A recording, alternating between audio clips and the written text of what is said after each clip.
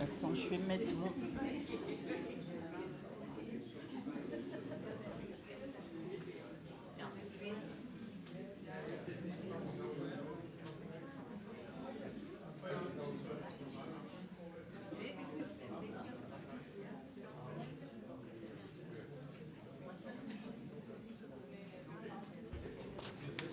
So, Nathalie...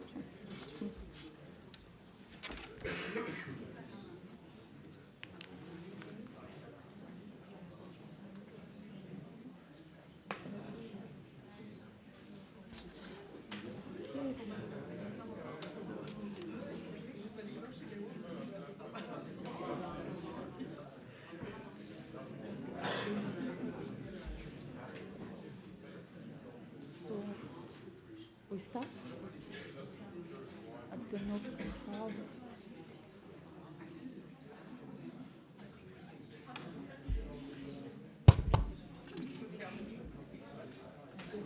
We start? Ils sont prêts? Bon. Okay. Yes, it is 5 minutes. So, good morning, everyone. So, I'm very delighted to see you here. I'm Francine Toumi. My background. Okay, I come from the Republic of Congo. My background, I'm a molecular epidemiologist, and I'm leading the Congolese Foundation for Medical Research in Brazzaville. And I'm also professor of molecular epidemiology of infectious diseases at the University of Tübingen in Germany. So, today we are here because we have this side event organized by Panther, and this symposium will address the preparedness through different angles, from administrative to scientific to regulatory and phase 1 activities. And using recent examples, the 4 outstanding speakers will demonstrate both the value and the feasibility of better prepared plans for future outbreaks. So now I'm very pleased to introduce Nathalie Stroud-Voorgaft, I know that many of you know her from DNDI, and now she's the General Delegate of Panther. So Nathalie, the floor is yours. Thank you very much, Francine, and thank you for attending. Thank you, EDCTP, for hosting us. Maybe I'll have a brief presentation maybe to introduce the topics. It's difficult to speak about preparedness in 10 minutes, but we'll try to just scan over a few things. I don't know if I can have the slides or if I need maybe to... Qu'est-ce que je fais, monsieur? I click on my name. Oula. Okay. Wow, that's the panther. She's here. It's a she. I think we agree it's a she. It's a she because we need to be prepared to bounce and to have energy and to be vigilant. So today, just speaking about tools.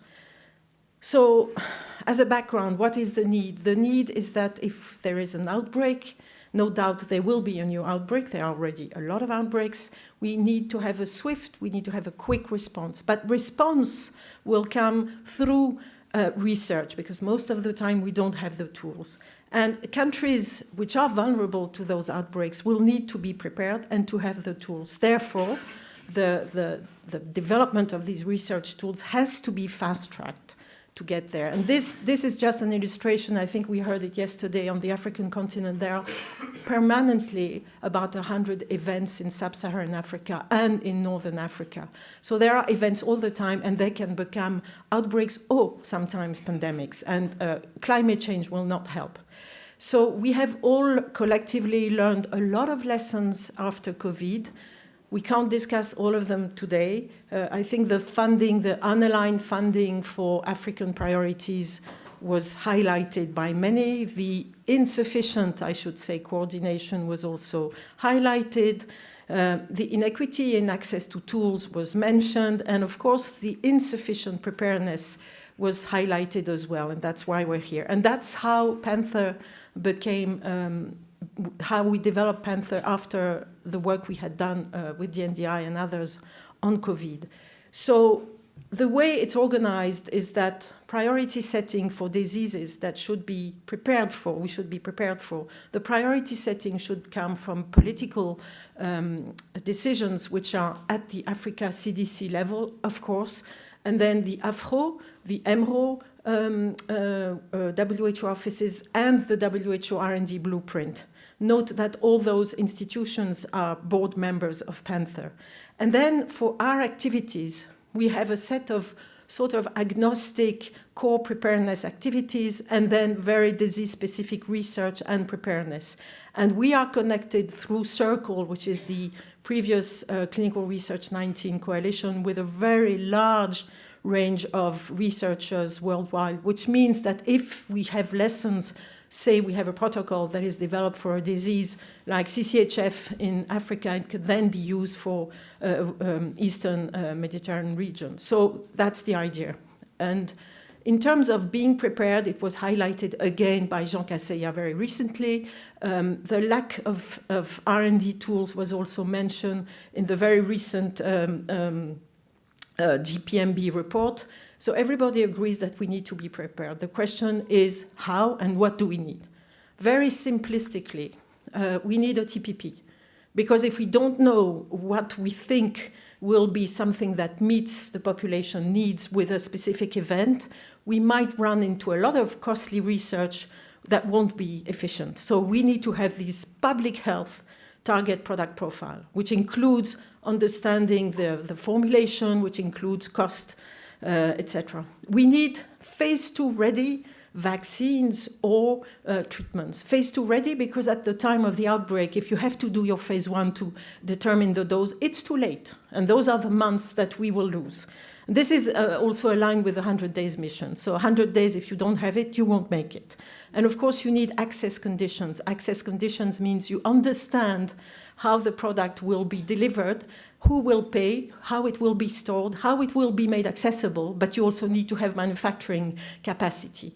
We're not discussing this. Today, I'm just discussing the middle one, the phase 2 ready. So one idea that came after iteration through COVID was that the master adaptive protocols are very, are sort of the most robust adapted type of protocols for in the event in the situation of outbreaks where you know sort of what you need, but you don't have necessarily all the information. In fact, some of the information you may have, which is on the left hand side of the table, and some you won't have.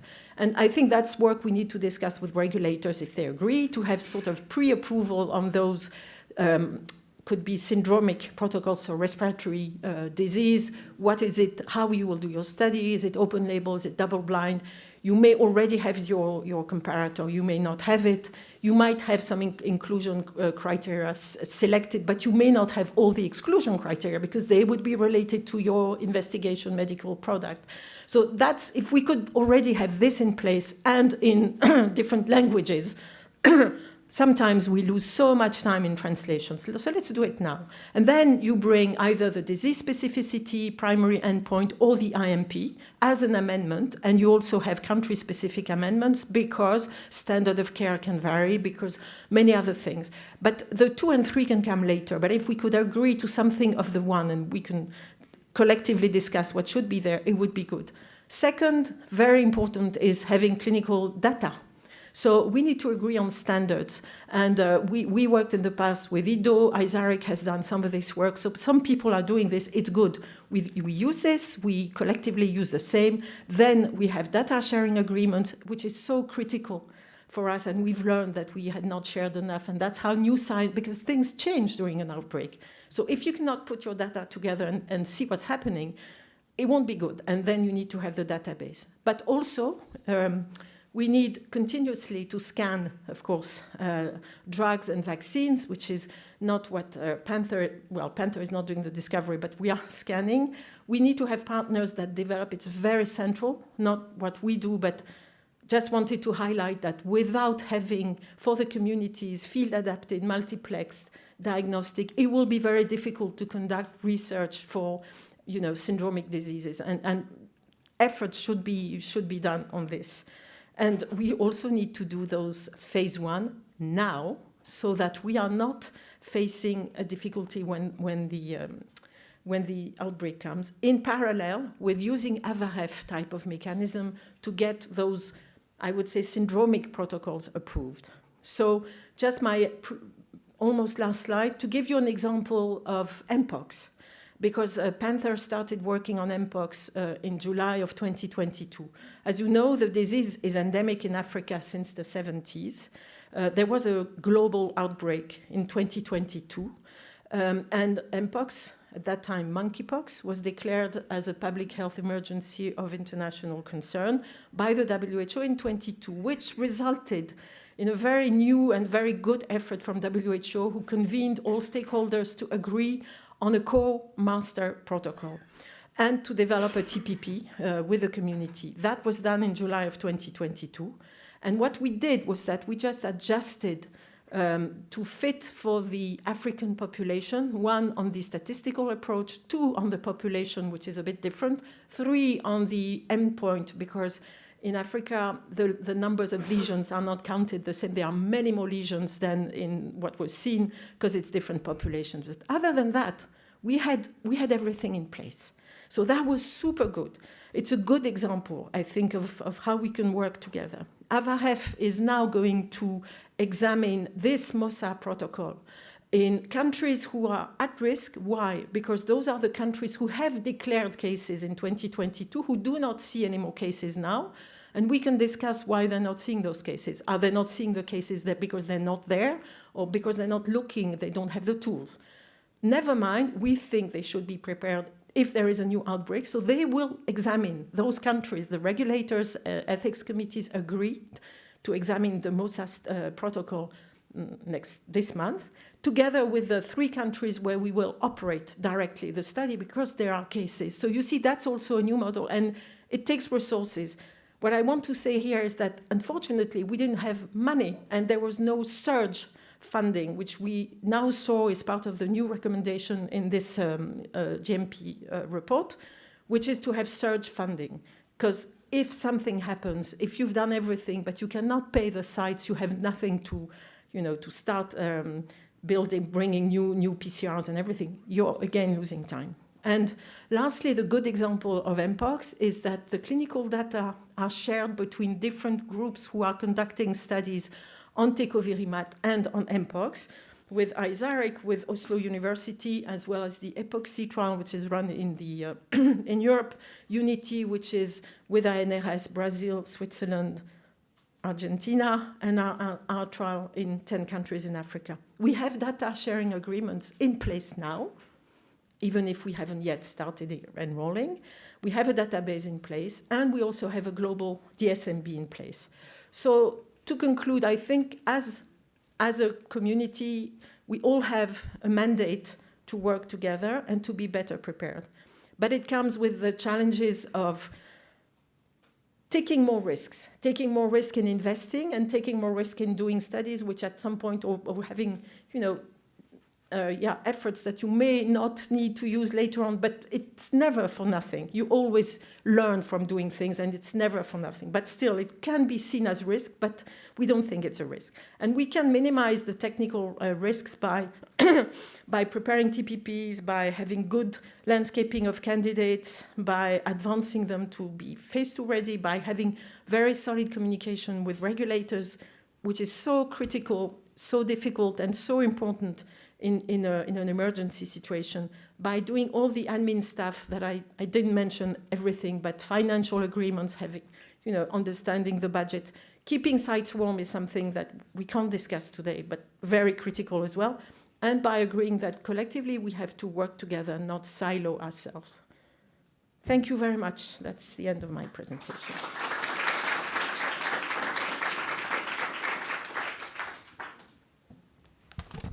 Thank you, Nathalie.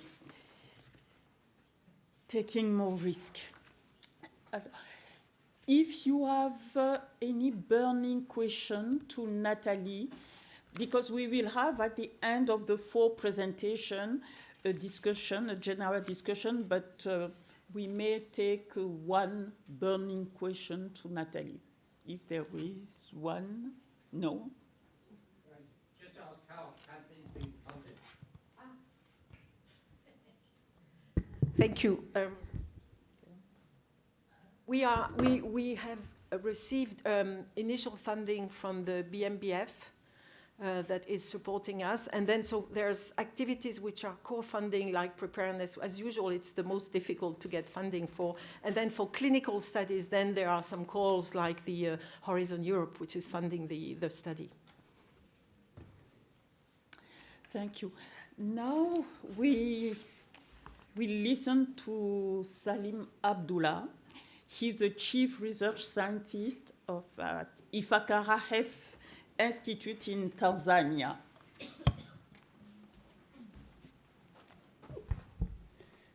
Yep.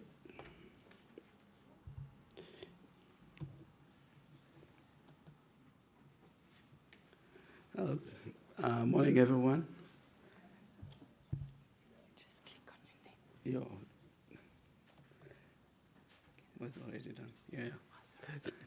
Thanks. So I'll be talking about further development and work that Panther plans to do related to advancing products into phase 2 and phase 3. As you may know, we need the effective treatments that are affordable and preventive tools that will also be used by those who need them most.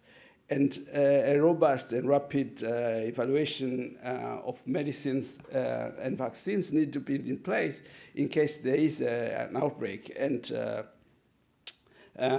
these products can be developed faster. A well-prepared network of research groups and implementation groups that can do that is also essential. Some basic information about such products that can be deployed in a rapid manner is needed. And hence, there is need to prepare for the development of the basic information in place.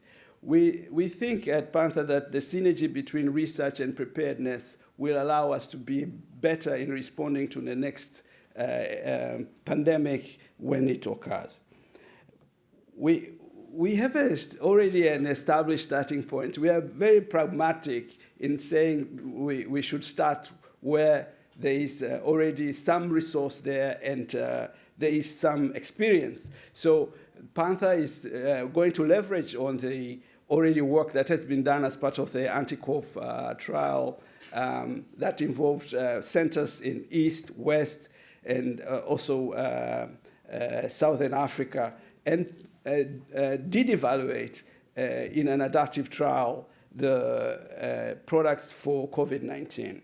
Our expectation is that with this approach, we will be able first to have sites that are ready to go in the initial phase, as well as experience in doing adaptive trials in Africa.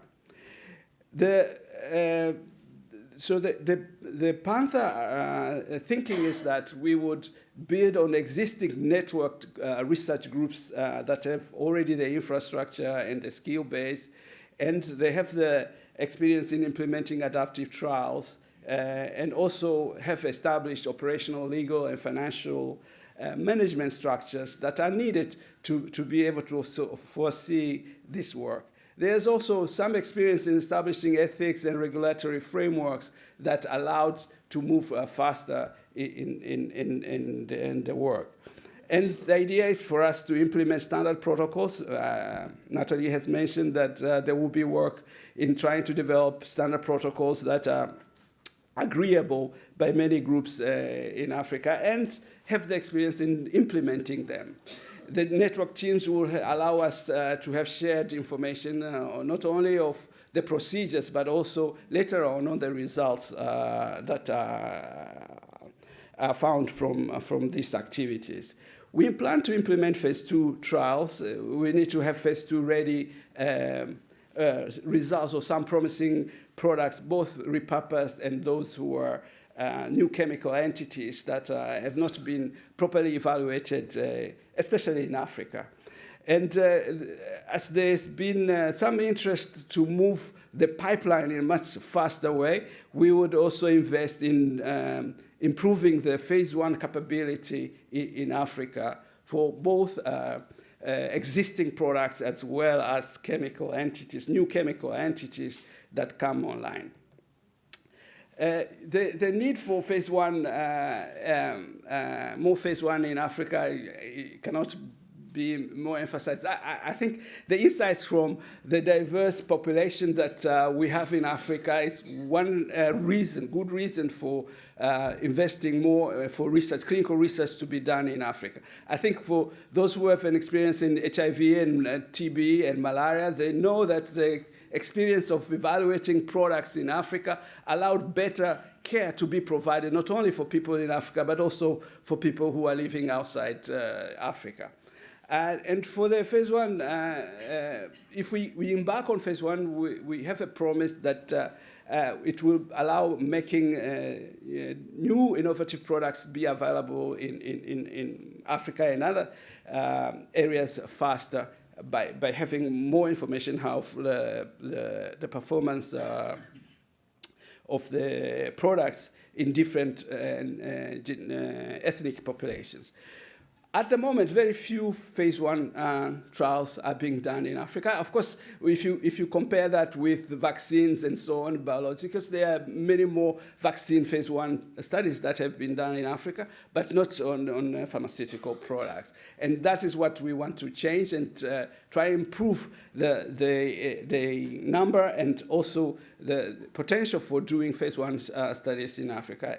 Early safety has been done for some of the products, and the need for adjustments of the deployment of the product related to target population and subgroups cannot be more emphasized. Of course, as we speak, there are groups that have done PK/PD, food effects studies, and even bioequivalent studies have been done. We want to improve that by having a much more structured and deliberate effort to have this capacity be properly established in multiple areas in Africa. On the malaria side, we did some work also moving the evaluation fronts to establishing the challenge model also to be done in Africa. The challenge model, when we started, it was like the first, only 5 centers globally were doing challenge models, malaria challenge model at that time. And when we started with the first challenge model using the Sanaria's purified sporozoid in Tanzania, we could then scale it up to other countries in Africa. And we believe that these centers that already have the experience to establish the more sophisticated challenge model could be encouraged to establish the phase 1 capability that we are talking about when we think about repurposed medicines or new chemical entities that are fast-tracked in Africa. Of course, we will build on existing expertise, existing infrastructure. So the idea is not to start from building a new thing. The idea is to already deploy where there is already existing capability. Of course, the system will not be closed. We will be inviting other groups to participate. We'll increase the number of places that this type of work is being done in Africa. We will do pharmacokinetic, pharmacodynamic studies. There's interest on bioequivalence. Of course, now there's a lot of talk of local manufacturing in Africa. We need to be prepared for that. It is both a development issue as well as a preparedness issue. And for the future, we want to do first-in-man studies also in Africa for the things that are produced in Africa or for the things that are specific for the population in Africa. And so, in summary, we want to leverage on the established skills and experience on the technical side, advancing protocols for adaptive trials, as well as moving products to phase 2. We want to expand the phase 1 capability and assessment of promising products, both the existing ones and as well as the new chemical entities. Establish also mechanism and experience on the operational and legal administrative side, as this has some of this has already been established, but to improve it so that we have established a networked research group that can produce the science in a good way, but also do it in an efficient manner, and advanced communications with all stakeholders. I think this is the last point. We cannot go into the many details of that. For this work to be successful, it would need many partners, and we want to have these partners working with us.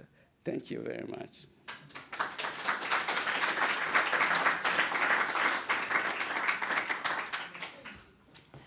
Thank you very much, Salim.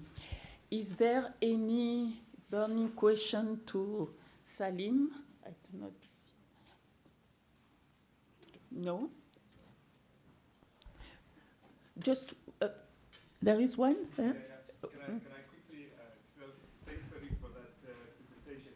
So sometimes when this is presented, one thing that I don't get clearly is also on the clinical trial insurance capacity, which is very weak also in the continent.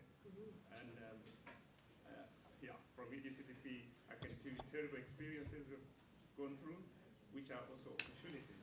But I think there's just that fear of being a trial sponsor because there aren't many insurance companies that have the capacity or experience to do that from the African continent. Now, this move that you're doing, I think it is quite important that we also build that capacity in our local service providers.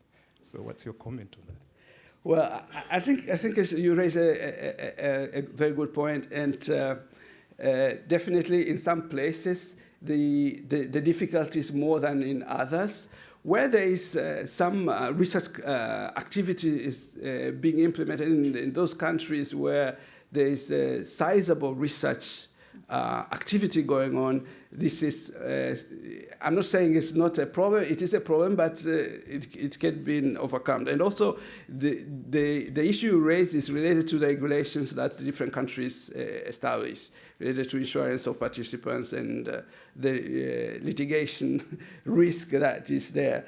I believe strongly that once we improve the number of studies that are being done in Africa, this will change. As with the economics of everything in this world, once you have a market that is sizable, then good services are being provided that meet that market. Thank you. Oh, well, a second one, but we will have a discussion. A second question, yes.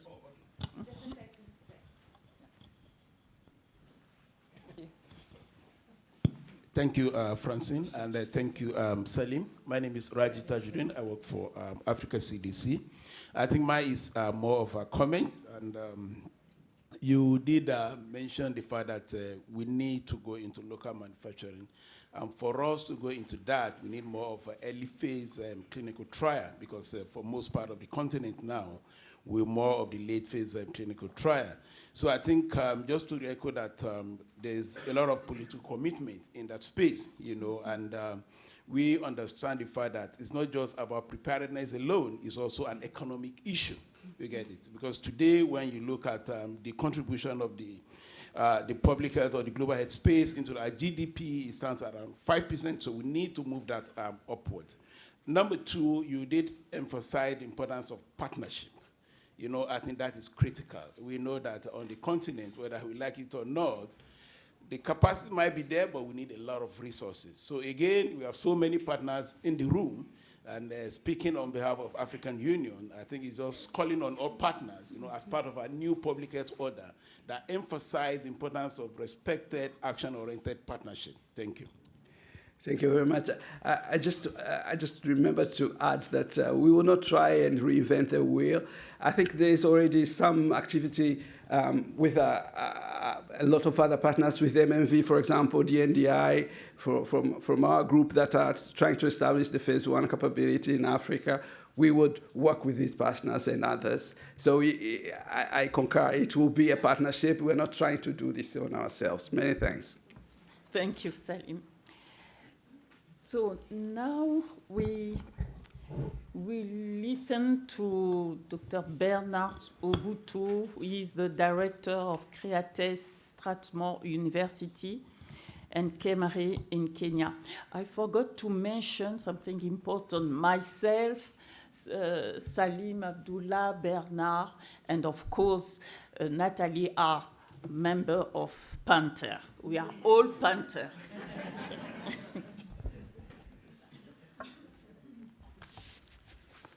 Right, good morning and thank you very much, and thank EDCTP for allowing Panther to get into the room. And the Panther never waits. We are barely a year old and we are pouncing on the most likely prey. And the most likely prey is anything around the respiratory tract.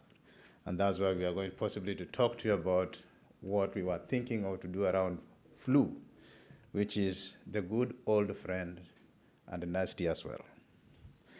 So how do we prepare for the new flu pandemic? Because we know respiratory pathogens remain the most formidable problem for the current and for the future.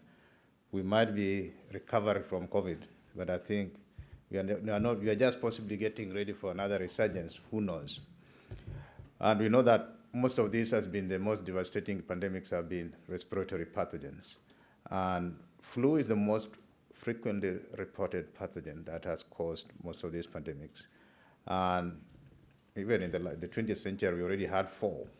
So I think we can't lose sight of that this is likely lurking around the corner.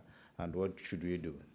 We know that there are already 2 circulating strains, and we don't know when possibly it is going to mutate and possibly give us the next thing.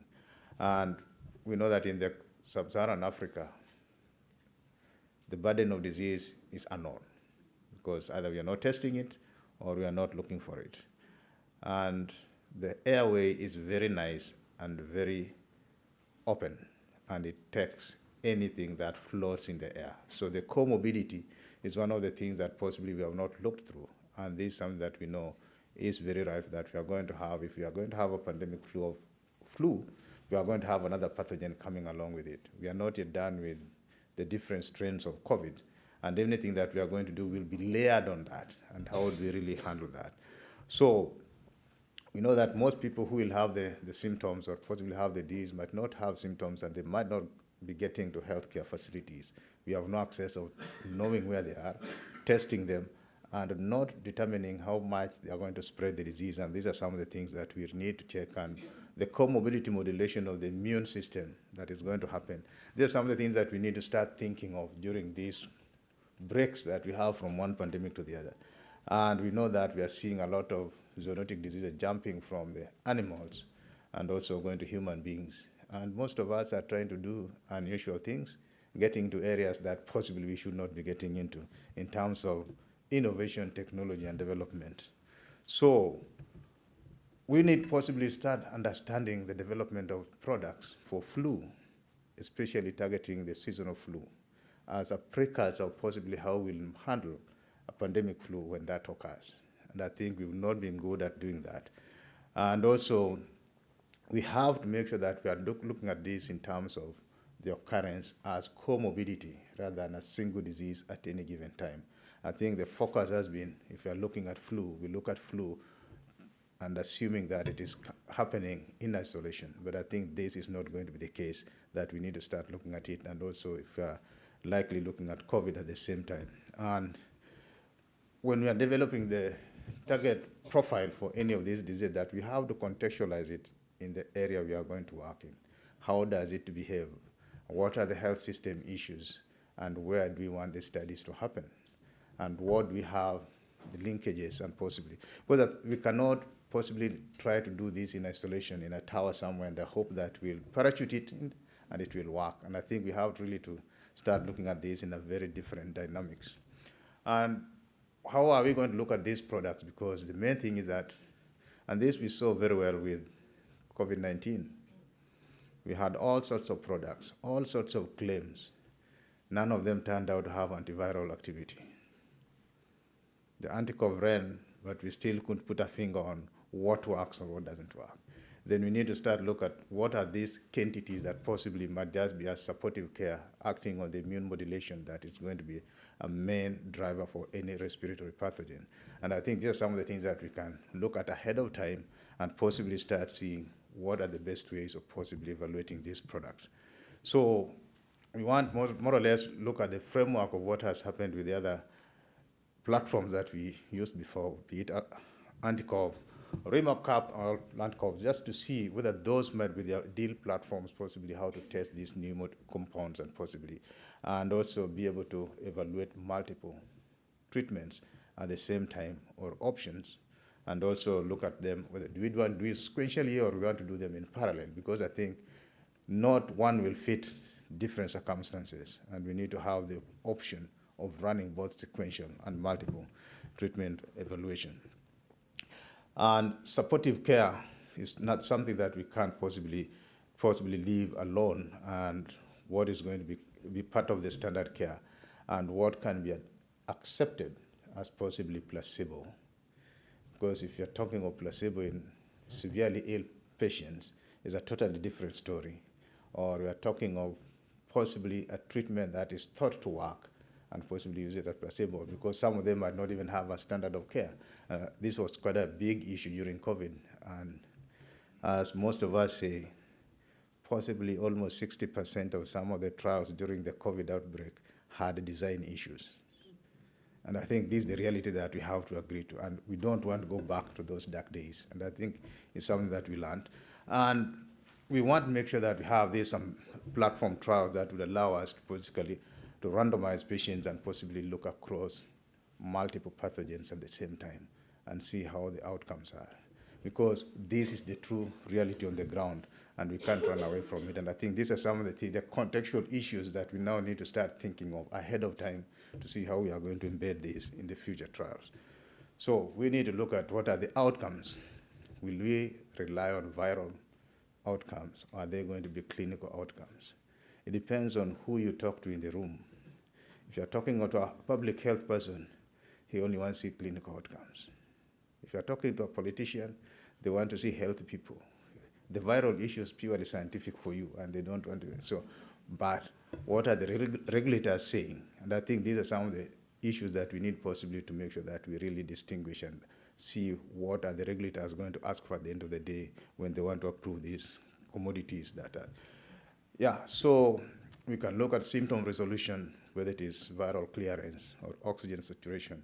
But some of these have their limitations, and we need to know how do we contextualize them to make sure that we get the best outcome and possibly compare apples with apples and not apples with oranges, which I think happened a lot during COVID. And I think these are some of the lessons that we have had.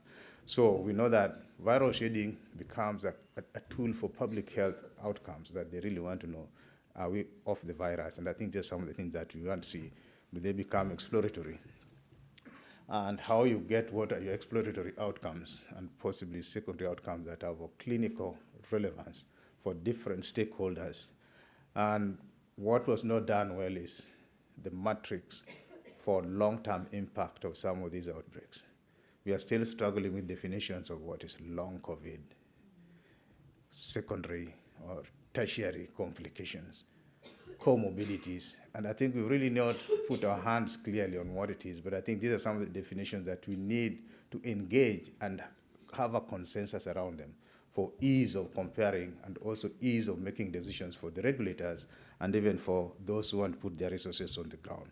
And I think main thing is that point of care testing, if we are talking of pandemics, you can't afford to ship your samples for too long.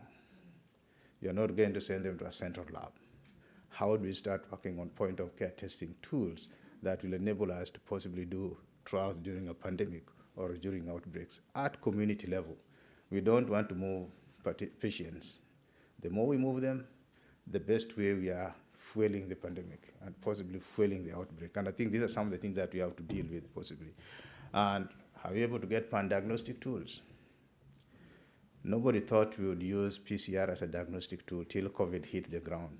And we realized when you scare human beings with extinction, they can do the impossible. And with some diseases we are doing so badly, we still use microscopy in malaria, which is an 18th century tool for 21st century. Why can't we do that and possibly solve the problem? We keep on going back to slumber. And I think this is what we need now to invest on developing the new tools for possibly the pandemics that we are going to deal with. And in a pandemic, everything is a continuum. The research, the care, and the surveillance has to go hand in hand. How would we factor the data from the surveillance happening during the studies and happening during the care to inform the outcomes of disease on patients and also on communities? Because I think these are some of the things that we have really not looked at, and those are the things that we would want to get a consensus on. And the main thing is that how would we prepare running large clinical trials at community level and the lowest health facility, which is the level 1 health facility, because we know moving participants to a central hospital is a big disaster.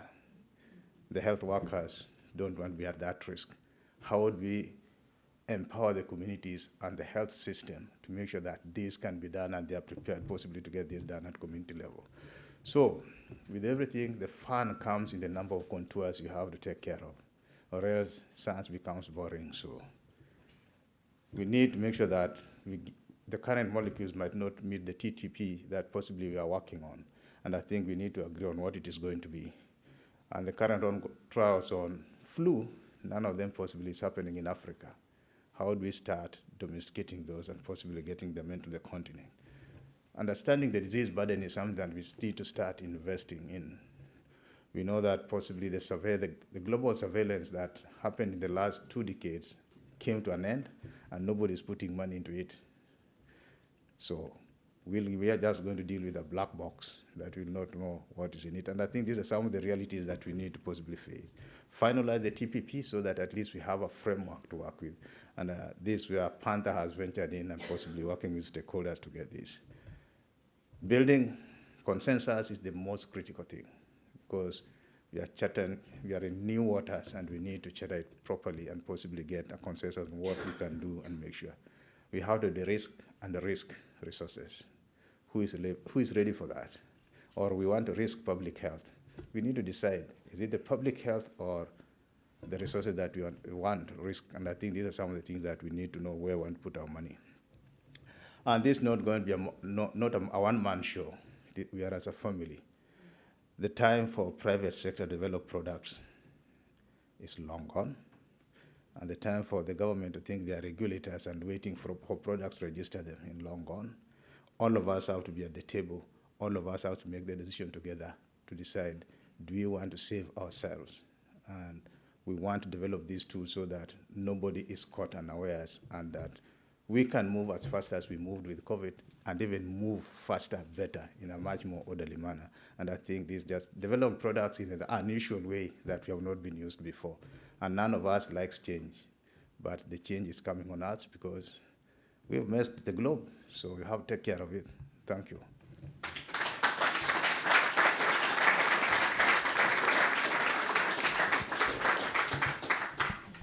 Thank you, Bernard.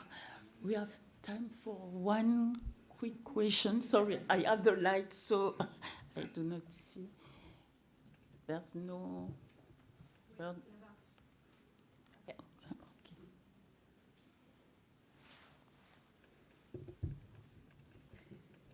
Thank you so much for this exposition. Like the way you straddle across looking at different points of leverages, right from science up to politics, and also trying to suggest the things that we can do. But one of the things that we may want to take into account is the uptake of countermeasures.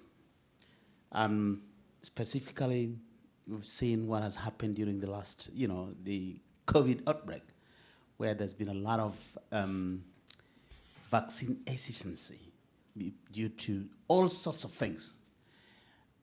How can we position ourselves in the scientific world to try and play a role in increasing countermeasures uptake against the odds of the fact that science is now democratized, infodemic, and everybody is a scientist when it comes to certain things? So what are your thoughts about this? Thank you. Thank you very much. It's a pleasure. I just want to give you an analogy. Have you ever heard of hesitancy when it came to Coca-Cola? The health fraternity, we have been poor at marketing health interventions. We assume the population needs health intervention, and when we throw them at them, they'll take them. We need to change. It is a product. A product has to be marketed. You have to do your survey. You have to do your market understanding, market studies. Even if people are sick, you need to understand what, and I think this is where we bring social science when we fail. We never put it in the planning stages. We need to understand what we really want to give out. And I think it just calls for marketing and really preparing our messages well ahead of time. Nobody wants to invest in that, but it is all intervention marketing. I think that's the thing that we have to change the way we have been doing it for the many years. I think let's not assume people need us. We need them to be able to do our work well. Thank you. Thank you. Thank you, Bernard.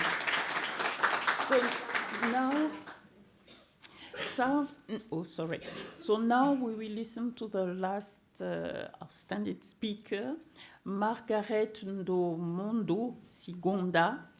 She's the advisor for African Union, NEPAD, and she's online. Margaret, I don't know, she's online. Yes, I'm online. Great.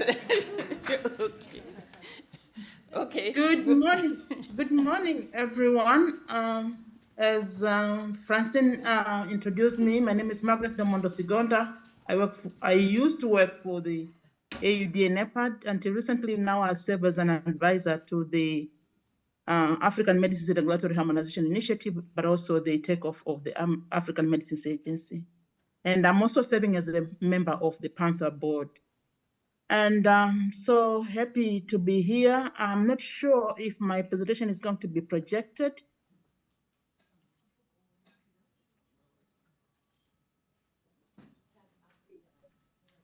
Is someone in IT working on that? Je vais essayer là.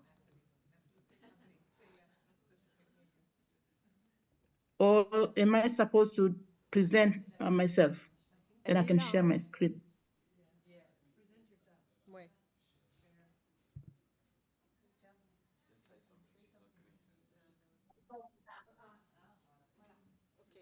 là, c'est là, il faut appuyer là. But she has to say next, I think. Yes. Yes, I will. I will. Okay, thank you, So, Mark. yes, so essentially, I'm supposed to make a talk on how regulators can be better prepared. And the outline of my presentation is on three aspects. One is what constitutes regulatory preparedness. And secondly, the existing regulatory pathways at national, regional, and continental level. But also the third aspect is to look into what does the future hold in the wake of the operationalization of the African Medicines Agency. Next. Now, in terms of the regulatory preparedness, I think it's very important that we have in place the necessary plans and tools that can be rehearsed in advance of an emergency situation. And of course, globally, we have several regulatory pathways, such as the emergency use listing by WHO, emergency use approval by some stringent regulatory authorities, but also at national level and regional levels, we have some mechanisms that assist the regulators to really approve products during emergencies. And what is key, though, is making sure that the regulators have the necessary tools, such as enabling legislation, regulations, guidelines, but also the necessary protocols and data collection forms and manuals, and ethical approvals, legal agreements in advance of an emergency. These are very critical tools to have in place for the regulators. Next. Now, I thought we should really look into what is prevailing on the ground at national, regional, and continental level. Now, I'm using an example of COVID-19. We have a case from the South African Health Products Regulatory Authority, which essentially has a robust regulatory system for vaccines regulatory oversight. And during COVID-19 pandemic, they really had to make use of the legal and institutional framework that they have, in addition to the technical review capabilities and capacity to make sure that they were able to approve products on time. And they made use of the existing acts, but also they used some provisions to allow them to bring in the market the emergency use authorization clauses. But what is key is really the availability of guidelines that they had to work on to assist them in approving the needed vaccines, and also the existence of expertise, both from the regulatory background, but also the academia and experts from the hospital, that they were constituted an expert working group to really assist them to approve products. And they also had biological medical committees and also pharmacovigilance committees that were able to assist them in providing the necessary information to make an informed decision. And they were able to also use a reliance mechanism to speed up the processes, including the regional mechanisms such as the Zazibona. This is a SADC regional initiative that brings together the regulators to do joint reviews and make the necessary regulatory decision. They've also had very regular interactions with the industry to ensure that they communicate on what was needed. No. Well, we don't have your sound. Margaret, we cannot hear you anymore.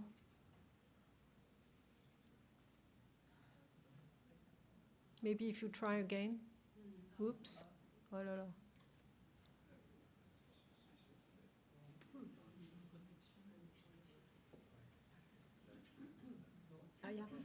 Maybe you can turn down your video for bandwidth purposes. Mais il n'y a plus rien là.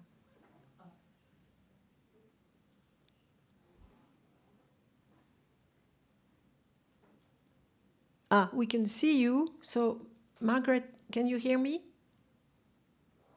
No. I'm trying to work on my speed. You're back. You're back. You're back. It's good. You're back. Yeah, so maybe I'll turn off the video.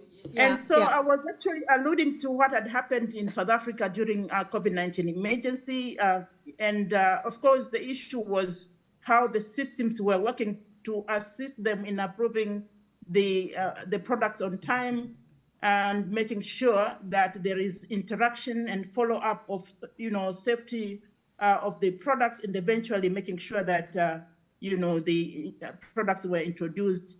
And also they had a rolling review mechanism to review the existing data using the same evaluators and expediting the review process. So that is a national case that we have. And I think you'll see similar situations in other countries as well. When it comes to the regional platforms, we have an ongoing pilot project in ECOWAS region that is testing the Lassa fever preparedness. And they have actually agreed on a simulation program to train the regulators and ethics committee in advance of the event. They have put in place a governance mechanism, making sure that the experts have the necessary expertise and knowledge for them to really undertake the reviews. But also they are looking into strengthening the institutions so that they become more robust to attain ML3 status. Ghana, of course, is taking lead in this process, and they have an agreement signed with Novartis Biotech to provide materials for simulation. But of course, also here, I think what is key, it was also coming from the previous speaker, the issue of partnership is very, very important. So we have IAVI providing support, we have PACE providing support, and Global Fund looking into different areas. So eventually, when an outbreaks come, then at least the regulators and ethics committees are well prepared to really do the necessary approval. The next is on the continental, this is the AVAREF. AVAREF is the African Vaccine Regulatory Forum that has been in place since 2006, and it has done a tremendous job, including, for instance, approval of the West African the Ebola vaccine during the West African outbreak in 2014. But based on the lessons that were learned during the Ebola outbreak, they were able to eventually come up with a continental strategy for emergency preparedness, guiding both the regional economic communities and national regulatory authorities and ethics committee on what are the key elements they need to put in place in their emergency plans and testing and simulation at country level. So this is what AVAREF has been able to do, and we've seen very good results that come out of the AVAREF platform in terms of assisting countries to conduct joint review of clinical trial applications. Next. And then the other one is the continental framework that was developed during COVID-19. This was a joint effort between AVAREF, Africa CDC, and Africa Union Development Agency. Looking at the situation on the ground, we had to see how countries can be supported to expedite the approval of COVID-19 vaccines. We had three scenarios. Scenario one, where a product has received WHO EUL or PQ approval, then the AVAREF would bring the countries together, they will do the joint review and eventually make a recommendation that can be used by the countries to allow the products to be used in their respective jurisdiction.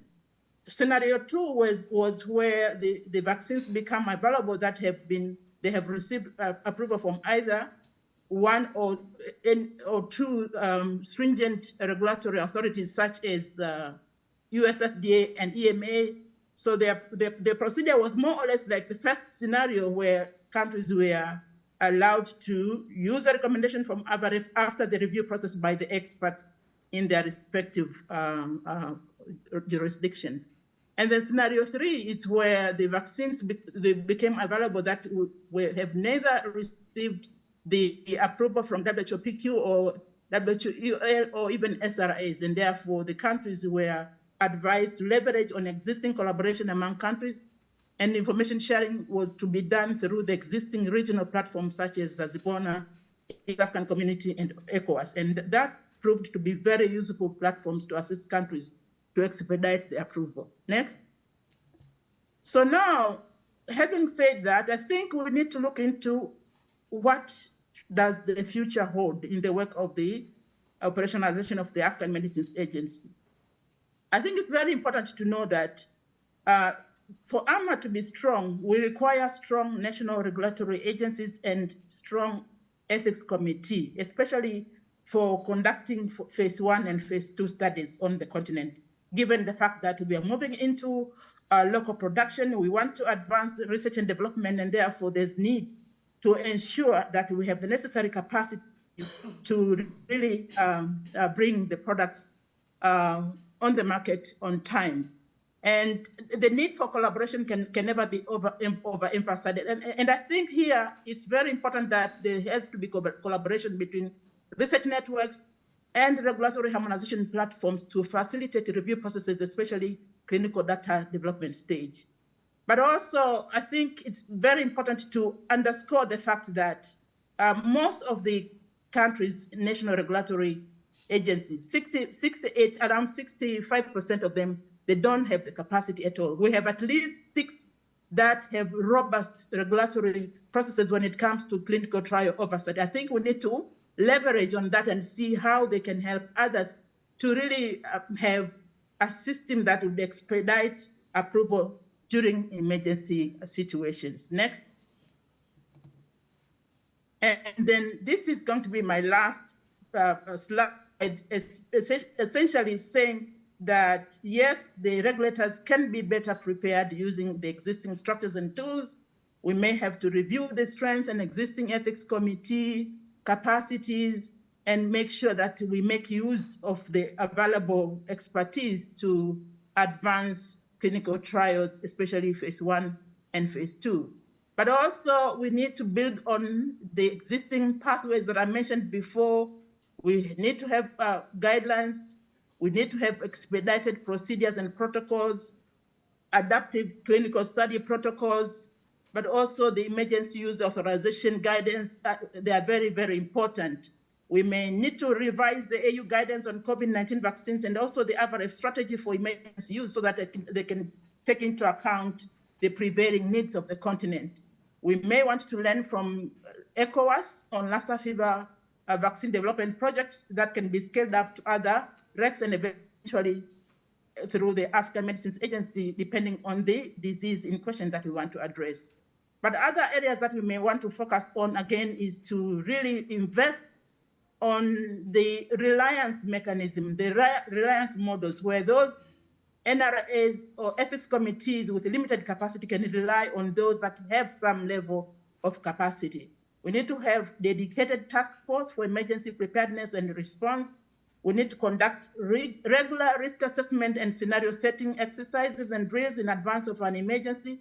But also the NRAs and ethics committee should have focal points to coordinate activities during emergencies. So I want to thank you all once again for listening, and thank you for inviting me to speak during this event. Over to you. Thank you very much, Margaret, for your nice presentation and for showing us that the progress within the regulatory field in Africa and the strong collaboration between Africa CDC, WHO, and the different regional bodies, health bodies. So thank you very much. We do not have time for questions, or if you want to, we take 5 minutes. You agree? I don't know. Bon, I see 2 questions. Yes. yes. Maybe Nathalie, Salim, and Bernard, please come here.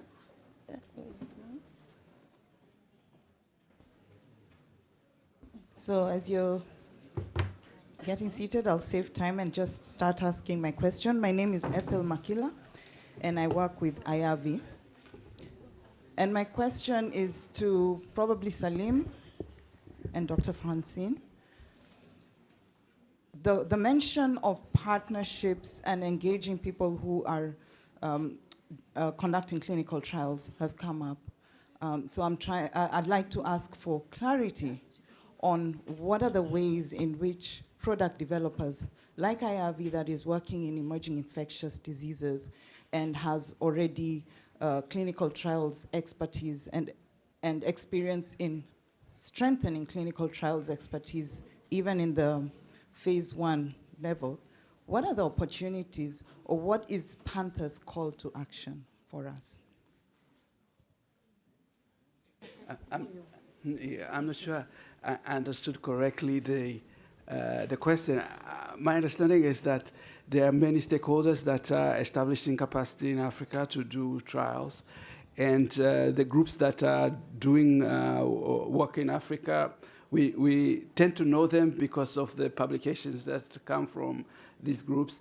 And we try to engage the different groups in different regions.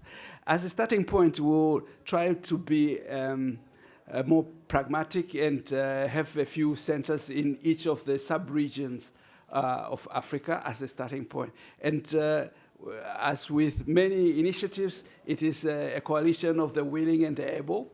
So those who are willing and able to do the work will be invited to come and join the effort. Agnès Saint-Raymond, previously head of international affairs at EMA. Believe me, looking back at the COVID with a critical look, trust disappears in stressful situations. And where we, on paper, put reliance, collaboration, it's much more difficult, especially because politicians don't necessarily want to show that they have followed others.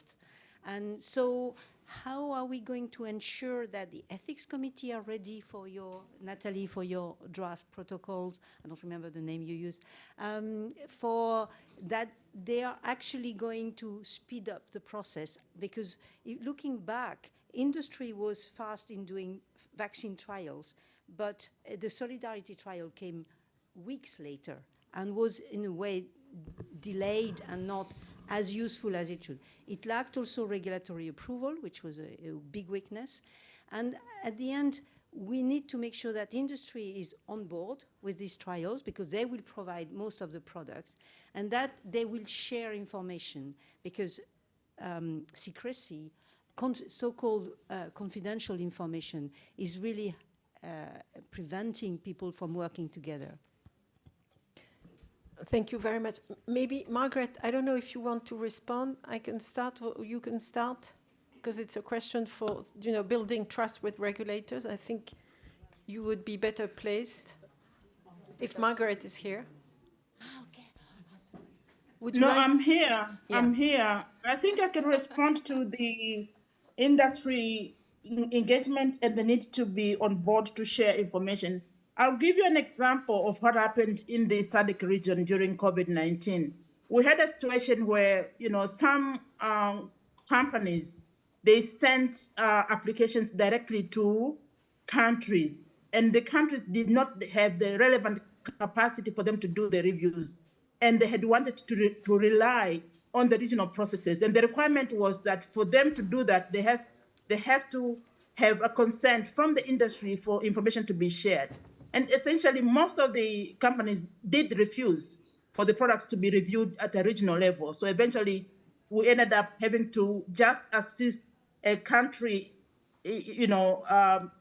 based on what they have, by sending some experts to assist them, but not. I think the main challenge was the data sharing aspect that the industry was really not keen to do. So these are the issues that I think we need to learn from and see how best can they be managed. Yes, it's true, when you talk of reliance, there is a tendency to say, why should I rely on others? There is a tendency of feeling that, like there's an inferiority complex to say, I'm also capable of doing the same. But the experience shows that not all the countries have the capacity, and therefore the need for us to advocate for reliance in a meaningful way. And I know, for instance, South Africa, deliberately, because of the challenges that they were facing, they had decided to invoke a clause on reliance in their national law, and they were able to use decisions made by either other NRS or the regional platform for them to make national decision, and it has been very helpful for South Africa. That's what I can contribute. Thank you. Okay, thank you. We will stop the. You had a last comment? No, we need to stop because I think there is the plenary. So, but of course, we do not stop the discussion. We have 2 days to go, and thank you very much, all of you, for your nice and very important presentation. But the discussion will continue during the EDCTP Forum.